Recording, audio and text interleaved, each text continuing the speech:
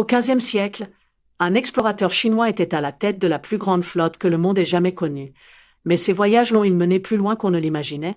Zheng He, amiral musulman de la dynastie Ming, commandait plus de 300 navires et 28 000 hommes.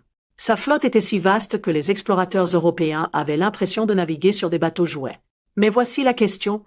Zheng He aurait-il pu atteindre les Amériques des décennies avant Christophe Colomb? De la Chine à l'Afrique, Zheng He a parcouru plus de 35 000 miles.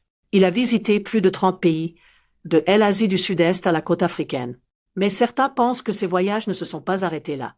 Des cartes et des objets anciens laissent entrevoir quelque chose d'extraordinaire.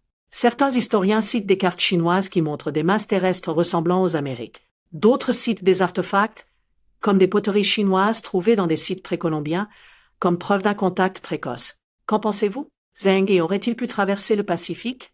Mais après sa mort, la Chine s'est repliée sur elle-même, et la vérité a été enterrée.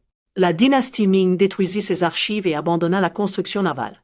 Pendant des siècles, les exploits de Zheng He ont été éclipsés par les explorateurs européens. Et si ces voyages étaient encore plus incroyables qu'on ne le pense? Et s'il avait atteint les Amériques avant Christophe Colomb? Faites-moi part de vos réflexions dans les commentaires.